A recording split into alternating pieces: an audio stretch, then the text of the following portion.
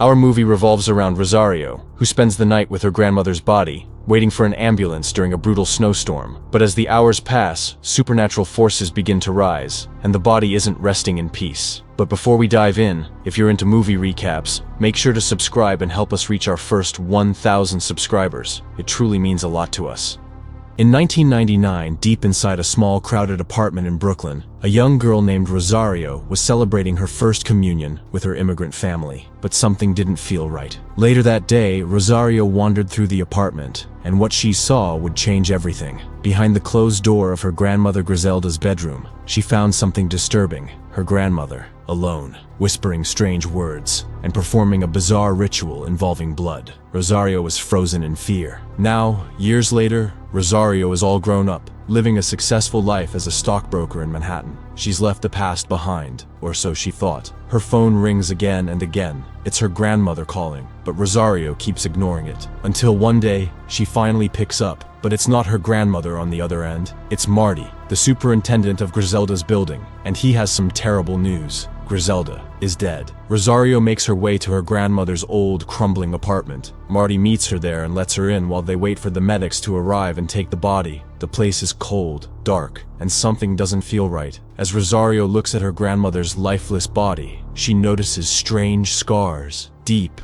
and unusual. Then, the candles around the room suddenly relight themselves. She watches in horror as maggots crawl out from her grandmother's corpse and burrow under her skin, right through a strange, rune-shaped burn on the palm of her hand. The pain is sharp, but the fear is worse. Not long after, she runs into a man named Joe, Griselda's neighbor. He claims he was close to her grandmother, but something feels off. Joe won't stop coughing, and what's worse, he somehow knows about the scar on Rosario's hand, even though she never showed him. Creeped out, Rosario cuts the conversation short and quickly walks away. Back in her grandmother's apartment, she continues exploring, and behind a row of bloody clothes hanging in the closet, she makes a terrifying discovery: a hidden door. Inside is a secret chamber, a place where dark rituals were clearly performed. Skulls sit on shelves, a blackened cauldron rests in the center, and scattered among the tools of witchcraft, Rosario finds something that makes her blood run cold: baby teeth,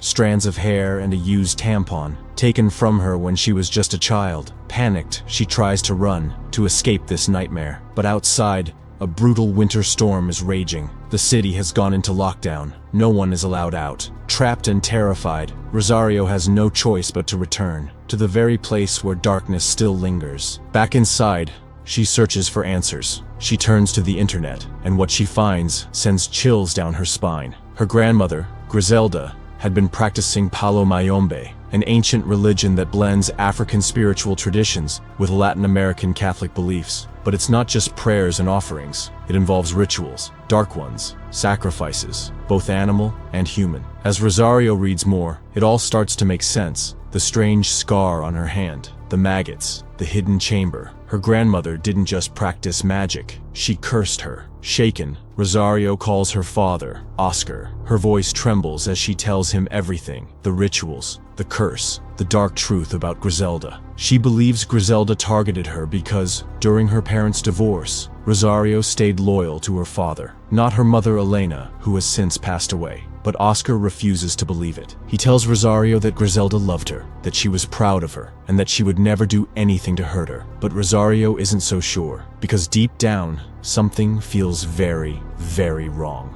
Determined to break the curse, she returns to the hidden chamber. That's when she sees it. A terrifying vision of her grandmother, no longer human, but twisted into a demonic creature. It stares at her from the shadows. Trying to stay brave, Rosario finds an old grimoire, a book of dark spells and rituals. Inside are instructions on how to reverse a curse. She begins following them, but with every step, the supernatural activity around her grows stronger, more violent, more terrifying. Suddenly, Joe returns to the apartment. Rosario demands answers, but again, Joe says the same thing as her father, that Griselda was proud of her. He tells Rosario that he heard her grandmother praying for her every single night. That's when a chilling thought hits Rosario. What if this wasn't wasn't a curse? What if Griselda made a pact, a dark, spiritual deal, to protect Rosario from something far worse? Still, Rosario decides she has to break the bond, whatever the cost. As she continues the ritual, the horror around her intensifies. She sees her dead mother. She's dragged through a vision of Griselda's painful past, her dangerous journey across the US border, risking everything for a better life for their Mexican family. It all builds to one final moment. Rosario recites the last incantation,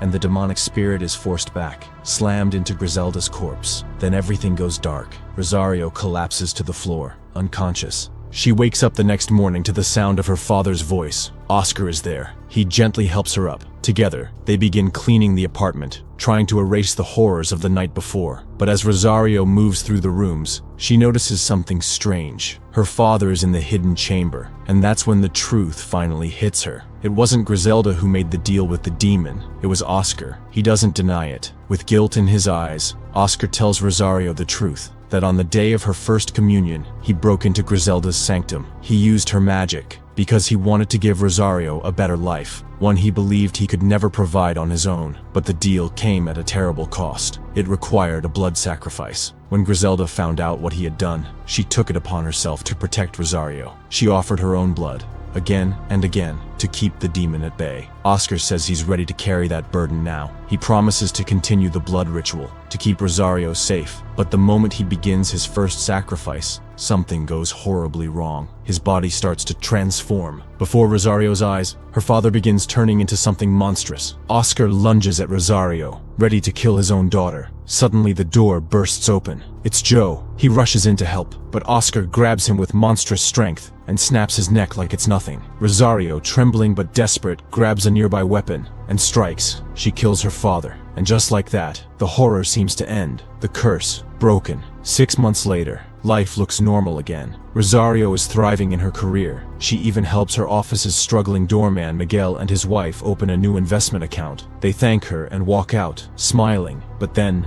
Rosario begins coughing, hard. She gasps for air, until suddenly, a gnarled, rotten hand bursts out of her mouth. The curse was never truly gone. Thanks for watching, and if you're still here, make sure to like, subscribe, and stick around. The movies are far from over. See you in the next one.